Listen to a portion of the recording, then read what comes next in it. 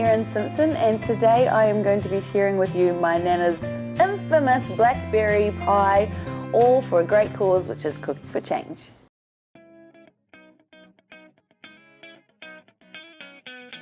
So I probably got started when I failed 7th form and I had to think of an alternative, and that alternative was I went to opera school.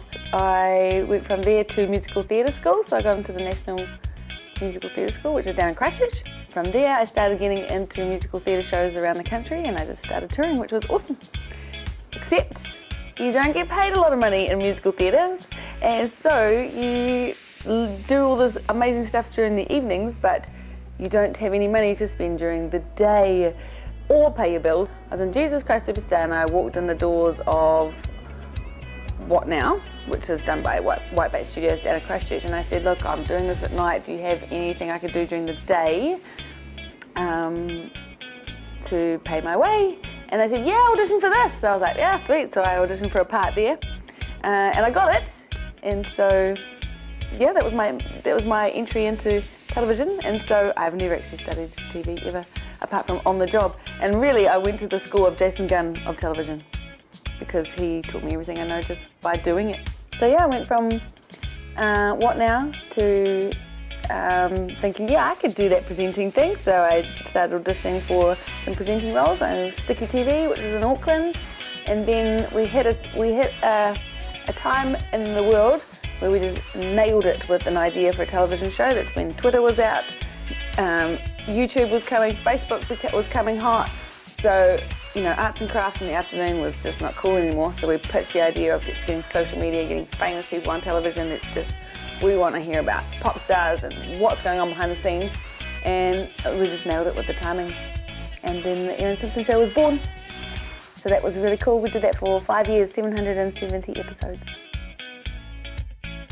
I've always been into drawing, and I grew up on a dairy farm, middle of nowhere, and we just had to make our own fun.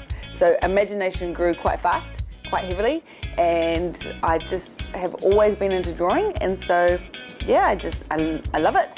I managed to get one of the highest scores in the country back at school, so it was always there, and I thought, oh, I could always do something with it, but it's very hard to get into the art world. And so I just kind of knew if I could build a profile and then come back to the art, that could potentially work.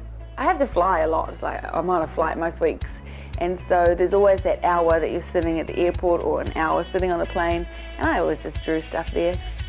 After a couple of years, I did have a collection of images and a collection of pictures.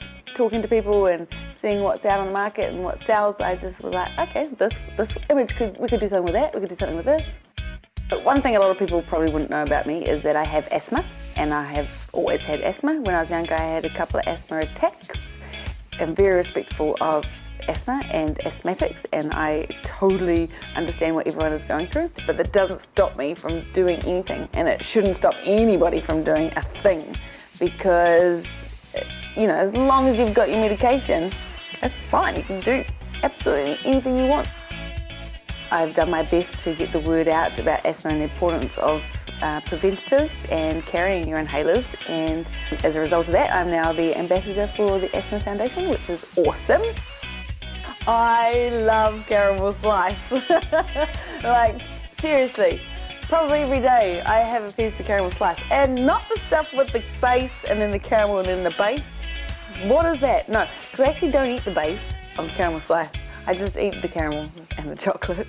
So it has to be good stuff, like not that stuff where you just have that much caramel. It has to be like that much caramel. And I feel that I can't eat the base because it's too many carbs. So I just go with the caramel. Basically, if I'm hungry, I just eat. I don't, I just fill the gap and carry on with work. In regards to where do I see myself in the future, I am not one of those people that plan so far ahead, but yes, I do need to spend some of my time, you know, being, you know, involved in what's next. Where am I going? What's happening in the next 6 months? In order for that to get there, to get there, to get there. But in regards to 10 years, I think the biggest goal I would have is the Hilton Hotel on the Viaduct in Auckland. I would love to own that and live in there, and we can all have a party and have blackberry pie.